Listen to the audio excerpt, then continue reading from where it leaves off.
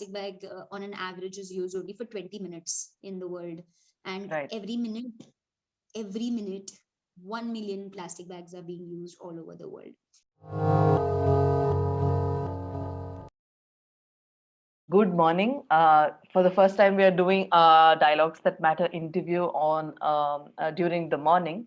Thank you so much for joining us this morning for our interview series, Dialogues That Matter. We're here today. We're talking to someone who's doing something really unique and something that we really believe in. We have Amita with us, who is from reCharkha. Thank you so much for joining us today, Amita. Thanks, Shruti. Lovely having this opportunity of Uh, coming and speaking. Likewise, likewise. We are really stoked and excited about this conversation. For those of you who don't know, Amita is part of reCharkha, which is an eco-social tribe. Let me introduce Amita and her organization and what they do and pique your interest a little bit, and then we'll get into the interview. So, Amita has worked extensively in sustainable development and corporate social responsibility since 14 years now. She is an IT engineer by basic education who pursued her master's in the US with a focus on sustainability. She worked with CSR teams of multinational corporations, consultancies, nonprofits, and community based organizations in the US and India, and eventually founded Arohana Eco Social Developments with the rich experience she gathered.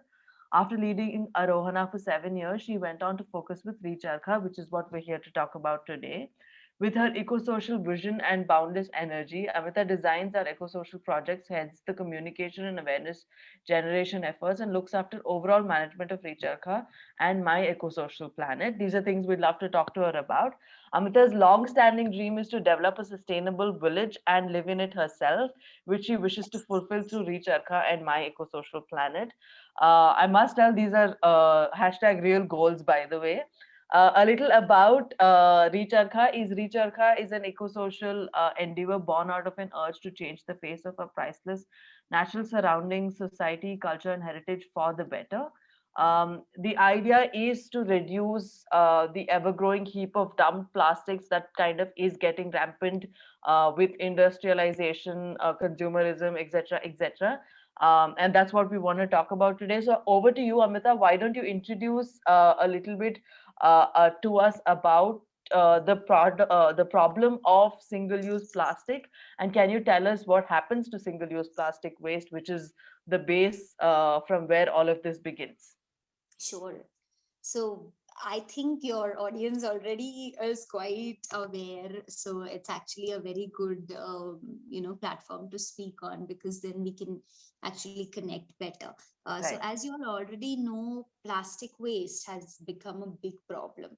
And the problem is not plastic in itself, but the disposable use of plastic, the single use plastic. Because otherwise it just goes overboard when we just call it plastic pollution, because Correct. then we miss the point. And Correct. the people go like, okay, what are the alternatives? So there are alternatives to single use plastic. To plastic as a whole, of course, now the alternatives, there are still alternatives, but low cost alternatives are obviously not there. And Right. plastic in itself is a boon to economy or the growth and development. But what we are talking about and trying to work on is the disposable plastic. Now, the problem with the plastic are multifold. One, it is not degradable, Yeah. and we all know it is very difficult to recycle if it is in mixed state. So, especially things like multi-layered plastic or plastic coated with, like, coated with plastic, or metallic films coated Right. with plastic, or two three different kinds of plastics coming together, or Got it. polyester where cotton and plastic is mixed, bamboo and plastic is getting mixed, which is like a nightmare because everybody started working on bamboo now, and now it's actually weird that bamboo and synthetic plastic and synthetic rubber is also coming into the picture. So all these materials are basically recyclable or very difficult to recycle. So we are going to we decided as reCharkha to focus on multi-layered wrappers as well as single-use plastic bags, because they are becoming a menace these days. The reason is that as most of the things that get recycled, they are picked up by waste pickers and then send it to recycling plants. But these specific plastics that I was telling you about, which are mixed or multi-layered, they are very difficult to recycle, so nobody picks them up. Also, the volume to weight ratio of these kind of plastics is very high. So a huge sack of plastic will be just 2 kilos or 3 kilos, and per kilo rate in the market for waste is very low. For Yeah. these kind of waste, it's barely 3 rupees, 5 rupees, only that much. So to collect that much, so much time goes, and then it becomes a totally doesn't make economic sense for waste pickers to pick it up. So that's most importantly. Secondly, for plastic is also photodegradable. So if anything, plastic, any kind of single-use plastic which is thrown away, it gets exposed to sunlight for a long period of time. It starts breaking into pieces and it gets washed away by water, air. Right.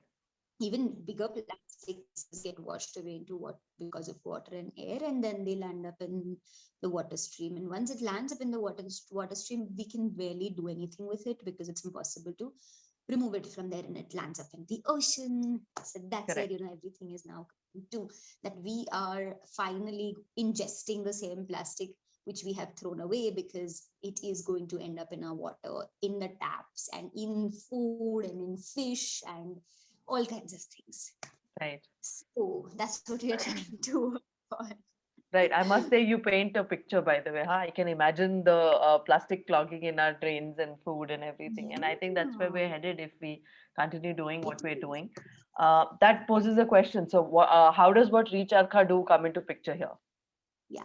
So what reCharkha is doing, we are not providing any solution as such. Okay. So we don't say that our process of upcycling, whatever we do, is the solution to the problem of plastic waste. But what we are essentially doing is just extending the life of the plastic bag. So what Right. we totally focus on is, educating people on refusing and reducing their waste in the first place. And then thirdly, reusing and repurposing the plastic waste that is already created, because a single use plastic bag on an average is used only for 20 minutes in the world, and Right. every minute 1 million plastic bags are being used all over the world. So that's a very very big number, and we really have gone to such an extent now that we can't live without it. And because of that, and because of the sheer number of people that we have, it becomes difficult to recycle Right. in the first place. Right. And that's what reCharkha is trying to do, that until we find a solution to this problem, at least let's postpone its disposal. Yeah. That's what we're working on. And, Right. we'll come to the next questions in the Right. next part of the answer. Right. So, of course, then one wonders how did this idea germinate and how did you kind of break down what you wanted to do? Yeah. So I've always been passionate about plastic waste. Actually, I say that I've been passionate about plastic waste because I see it everywhere, wherever I Right. go. Even if people just don't see garbage, I see garbage. Even if I'm Right. in a nice, beautiful beach in the ocean, I end up seeing something that is made of plastic. Right. So, this sort of has that thought process was always there, that I want to do something about this. And but what is was a major problem. And also, when you keep telling people don't use plastic, or let's solve the plastic problem, people say that there are bigger problems, and the bigger problems are in education, health, employment. So yes, employment is what I wanted to pick Generate. up. Yeah. And hence the organization that I started was eco-social in nature, not just environment but also social development, and Right. such kind of livelihood or employment opportunities which essentially are working to conserve the environment. Right. Because if that doesn't happen, again, if we are going to compete economic versus environment, which Right. is totally not what we want to do. So we Right. want to develop economy, but in tandem with solving the problem of environment pollution. Right. Right. And as a result, I kept thinking of ideas in which more and more employment generation will happen. along with along with taking care of the plastic pollution. And the best alternative after researching a lot that came to my mind was craft. That what if we Right. search for a craft where more people get employment and also some kind of conservation happens. And that's how, after a lot of research, we came up to a conclusion of the weaving, handloom weaving of plastic. And that's Right. what started our process of upcycling. Right. So So that's how we could reached you here. talk to us a little about why the importance use of using, say, a hand-woven wheel, and what were the other options that you came across, and what made you pick this over the other options that you had? True. So basically, in today's world, wherever recycling is into comes into the picture, usually heat, electricity, machinery, some kind of chemicals are used, and then eventually it doesn't become a very sustainable process because it in itself creates a lot of pollution. Right. So, taking the example of typical recycling, where the plastic waste is heated, it releases dioxins into the atmosphere. If it is incinerated, it releases more dioxins into the environment. So Right. any kind of plastic waste, unfortunately, when heated or burnt, releases dioxins, which are cancer causing materials or fumes into Correct. the environment. Correct. So, taking that and what we do into the picture, our process we found out was zero emissions, and the energy input in itself was zero in terms of Right. electricity and heat.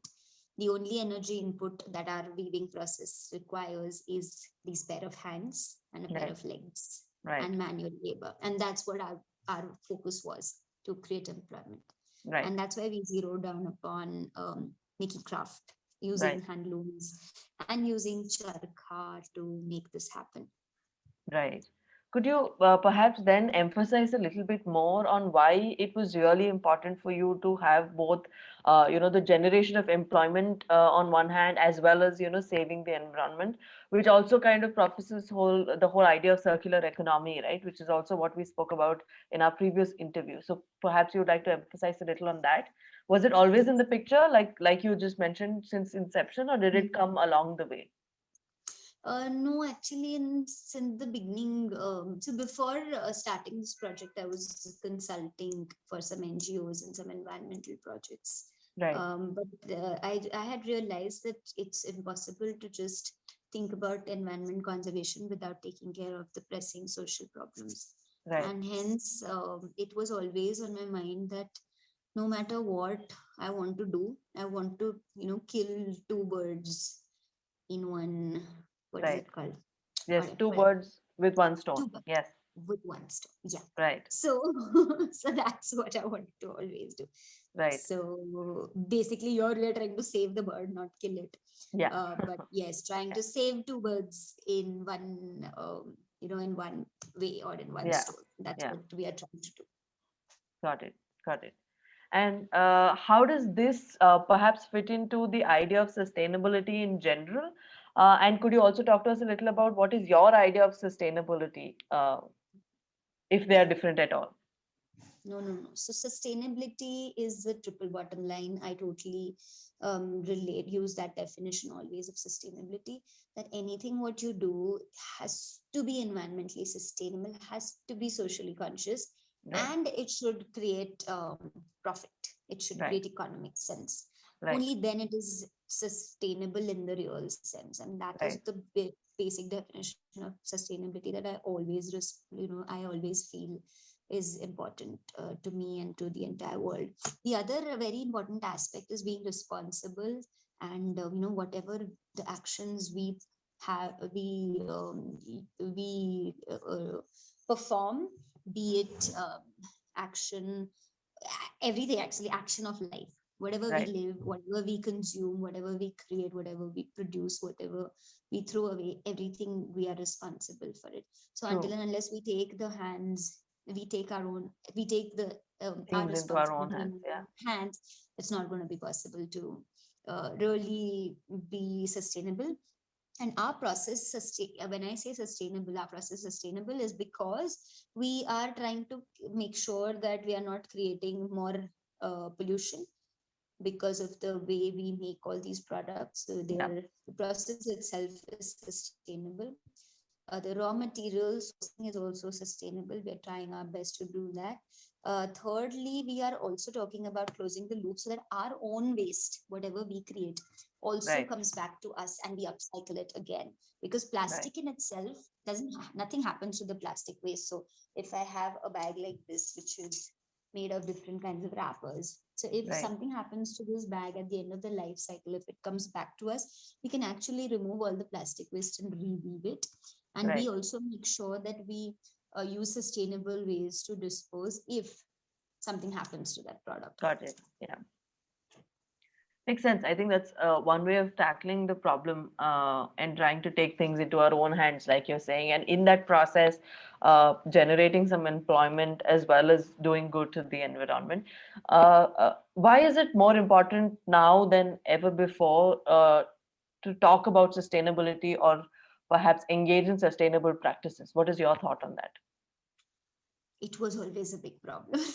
Yeah, I always feel people have been saying that just after COVID, everybody started thinking about sustainability. But I personally feel it's true and false both. Because unfortunately, because of COVID, everybody started thinking that old disposables has to come back into use, and yeah, everybody wants to touch anything, and right, so that is actually unfortunate, and that's an environmental disaster in itself, which we are seeing coming in front of us. right, But secondly, a lot of people have started thinking about their consumerism, the patterns of consumerism, and have slowed down. Everything was slowed down during the lockdown, which was great. So yeah, things, production came down, consumption came down, people started rethinking on their habits of shopping and habits of want versus needs. right, And I think that is definitely the most sustainable way to be, where right, we focus only on our needs and not on our wants. right, Yeah, so but if, going, even before the COVID situation, I think the most important problem which our world, not only our country but our world faces, is the problem of growth of unsustainable growth of population. right, And until and unless we work towards, and see, the population is growing, and everybody wants to also live a so-called better lifestyle. yeah, And of course, the so-called better and developed lifestyle is this dependent on unsustainable consumerism. So I feel somewhere that that balance is gone, is lost. We have to work on the problem of population growth. There has to be some really important steps taken, or even on our own, if we can take care of it, I think it right, will help. right, And it's a very big problem, so I typically avoid talking about it in public forum, right. but unfortunately that is the problem. Right.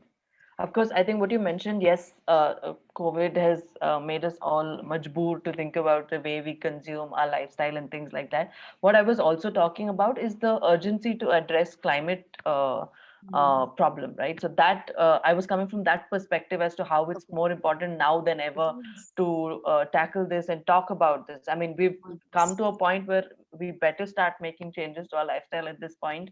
Otherwise, we are already seeing repercussions, right?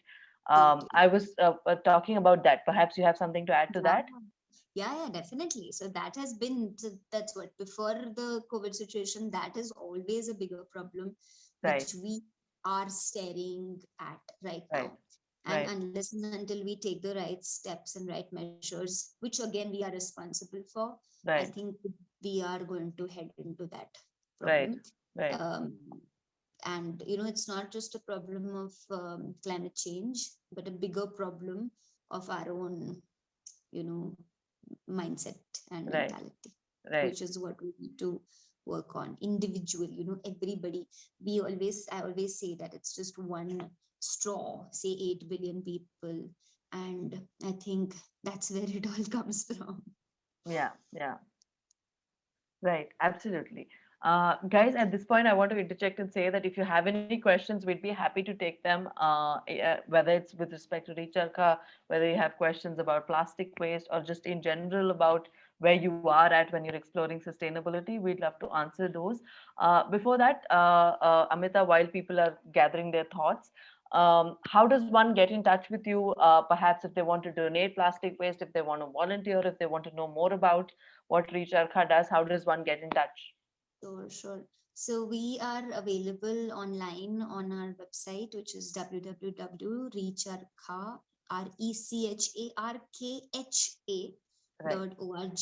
So I'll tell you more about the word recharkha as well in a bit.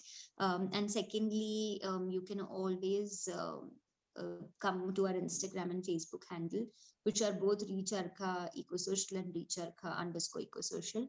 Okay. Uh, we are in Bangalore right now. So if anybody's watching here from Bangalore, so you can visit us for the next 5 days. We're going to be at Chitrakala Parishad. And for 2 days on Saturday and Sunday, we're going to be at the Bangalore International Center with an exhibition called 100 Hands. So we have our products here, which we're going to showcase, and people can come and buy them, or people can come and donate us their plastic waste. So I think that's one. Um, that is the best way to keep in Get in touch with touch. us, Right. definitely. And if you Right. have a larger thought process going on, that you want to volunteer work with us on a larger scale, please reach out to us, because we would love to have volunteers in this city, in Bangalore especially, because we have a lot of conscious consumers here in this city, and we would love to reach out to them in terms of collection, in terms of upcycling, in terms of market development. I think sounds very exciting. I want to nudge and find out what are the future plans with reCharkha that you can kind of unveil and tell us. Like, where is reCharkha headed? Sure, sure. So, yeah, first of all, I want to just make sure reCharkha, because a lot of the times people pronounce it as reChakra. So it's It's reCharkha, yes. RECHARKHA, and Charkha is actually the spinning wheel, Right. on which in the past, traditionally cotton and silk and wool, all of these yarns were spun, and we are just calling it reCharkha because we are trying to revive the charkha to solve today's world's problem, which is of plastic waste. Right. Secondly, we have two locations where we are based. One is in a tribal village in Dadra and Nagar Haveli, which is a union territory on the border of Gujarat and Maharashtra, Right. where we work with a bunch of tribal women, and we make our fabric that is required to sustain the current market efforts, Right. like market domain of reCharkha. Right. The other unit that we have is in Pune, where we make the products. So the products that you will see here. So some of these are this bag, for example. It's a popular jhola tote. So all these products are made in our Pune unit. Right. We do plan to expand with one more weaving unit again near Pune, because it makes a lot of sense for us to have it closer by for management issues. And we are a very small team, so we can't expand our production as much as we would love to. Right. And marketing wise is where we want to focus more, because only then the production can increase. So our market Right. development efforts right now were focused mostly in India, but we have been exporting abroad as well. So if people have connections in other countries, even volunteers who want to help us expand in other countries, we'll be more than happy to do that. So that's Right. where we are at now. Marketing and awareness generation go hand in hand. So we want people to buy this, but with a promise that they're not going to use more single-use plastic. So that's where we come Right. from. Right. I think that sounds quite promising and exciting as well. We'd love to have this conversation going on and on, but I think we're reaching the fag end of this conversation. Like you mentioned, the last year has been tough on all of us, on smaller businesses, on people, just in general, it's been tough times. What has been your biggest learning from the past year? And what is the one thing that you're really grateful for that you learned last year, perhaps? I think what last year brought to us, was very important, was that there are so many people who are willing to support us and Right. selflessly. Right. So as the lockdown started, we were so worried that how are we going to feed the people who are working with us? So we have 26 people who work with us on rolls, okay? And Right. we have to pay them a salary. And when lockdown began, we didn't have so much of money, and we didn't know when the lockdown is going to end. So we made an Right. appeal to all our customers and well-wishers, and we really we proposed that they buy some gift vouchers from us. And a lot of people gave in, they came ahead, they gave us donations, they bought vouchers from us, they placed orders for our products, which they didn't even know when they're going to get it. Right. So I think it's a cause which a lot of people are relating to increasingly. Yeah. And I think that was a big eye opener, that one, if you say or if you ask, people are there to really really help. And I'm Right. glad that happened with us. Right. I think there's no better note to end on than the positivity and the optimism that your people who'd love to support such causes stand up for. So on that note, thank you so much, Amita, for this conversation, for letting us in on reCharkha's journey. Anything you'd like to add? Any closing thoughts, or just a friendly reminder for people that where you're put up this weekend?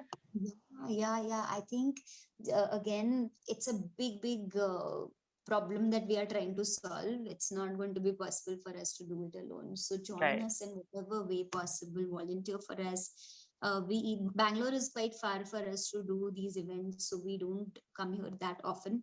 But Right. actually, if any of your volunteers could come and help us with the market reach here in Right. Bangalore, we would be more than happy to do it. Right. Secondly, we are here for the next 5 days. One is at Bangalore International Center and at Chitrakalaa Parishad. So do come visit us. Also follow our Instagram handle because we're very active there. And Right.